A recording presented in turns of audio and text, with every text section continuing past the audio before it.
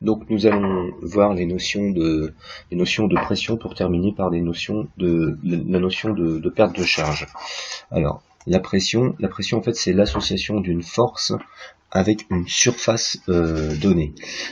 On prend l'exemple d'une pièce, d'un cube ici de 8 kg sur une surface de 2 par 2 cm, donc de 4 cm carrés. Mais si sur cette pièce on va ramener sur un quart de sa pièce, donc on va la ramener sur 1 cm carré, et bien en fait le poids sera de 2 kg, donc on aura une pression de 2 kg par centimètre carré. Donc en statique, la force F exercée au sol par un corps est égale à son poids, donc à son poids.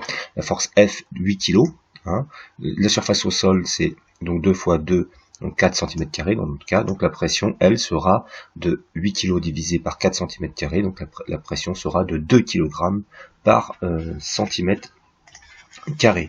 Ce qui implique la relation fondamentale, P est égal à F sur S.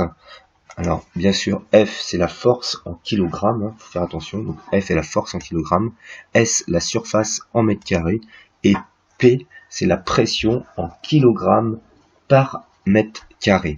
Alors cette notion de kilogramme par mètre carré, on va peu l'utiliser dans notre profession, on va plutôt utiliser habituellement les bars. Alors le bar correspond à quoi? Un bar, ça correspond à 10 mètres de colonne d'eau.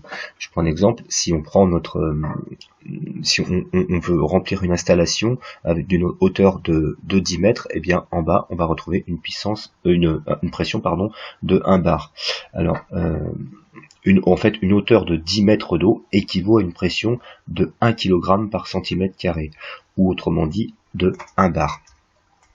Et inversement, si l'on dispose d'une pression de 1 kg par centimètre carré, enfin tout du moins de 1 bar au sol, notamment par une pompe, l'eau ne pourra pas monter au-delà de 10 mètres. Et donc la pression à la hauteur, mais elle sera nulle. Donc la pression est une force de poussée qui engendre un écoulement d'eau. D'accord ? Alors, le lien entre débit, vitesse et pression. En fait, on voit qu'il y a un lien entre la vitesse et la pression. Effectivement, si on a avec une pression P1, on va correspondre ce qu'on appelle une vitesse V1. Et puis si on a une pression plus importante, on va avoir une vitesse du fluide, mais beaucoup plus importante. V2, c'est pareil. On voit tout de suite le lien, c'est relativement intuitif. Donc par exemple, si je prends un robinet avec une pression de 4 bars, et puis que j'augmente cette pression ici à 16 bars, qu'est-ce qui va se passer? Donc on voit que là, on a multiplié notre pression par 4, et puis on va avoir notre débit qui va lui être multiplié par 2. En fait, il n'est pas multiplié par 2, il est tout simplement multiplié par la racine carrée de notre pression. En fait, Q varie, donc le débit, Q va varier en fonction de la racine carrée de la pression.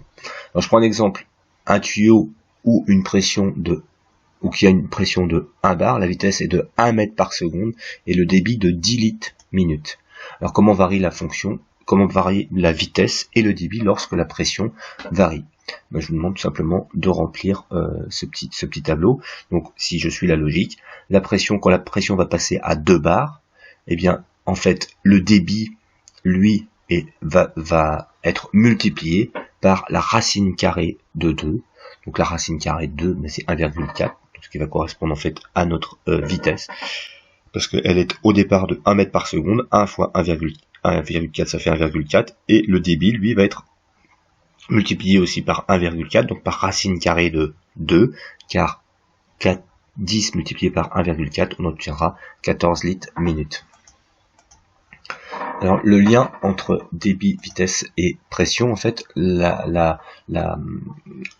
on voit intuitivement que si la pression est 2 fois plus petite, eh bien le débit seulement sera de racine carrée 2 fois plus petit, soit 1,4 comme je le disais tout à l'heure, et si la pression est 4 fois plus grande, eh bien le débit est seulement lui racine carrée 4 fois plus grand, soit 2 fois plus grand.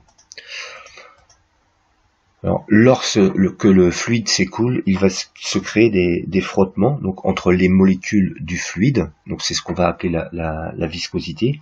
Donc à l'intérieur du tuyau, quand le fluide va s'écouler, il va se créer ce qu'on appelle les molécules entre elles vont se frotter, hein, ce qu'on va appeler la viscosité, et puis contre la paroi des tuyaux, entre le fluide et la paroi du tuyau, on va appeler ça la rugosité. Ces frottements, ils entraînent une perte d'énergie de mouvement, on produit de l'énergie calorifique, donc on va créer des échauffements, et puis l'énergie acoustique, on peut aussi créer du bruit. En pratique, cela se traduit par une perte de pression, et cette chute de pression, ça s'appelle tout simplement les pertes de charge.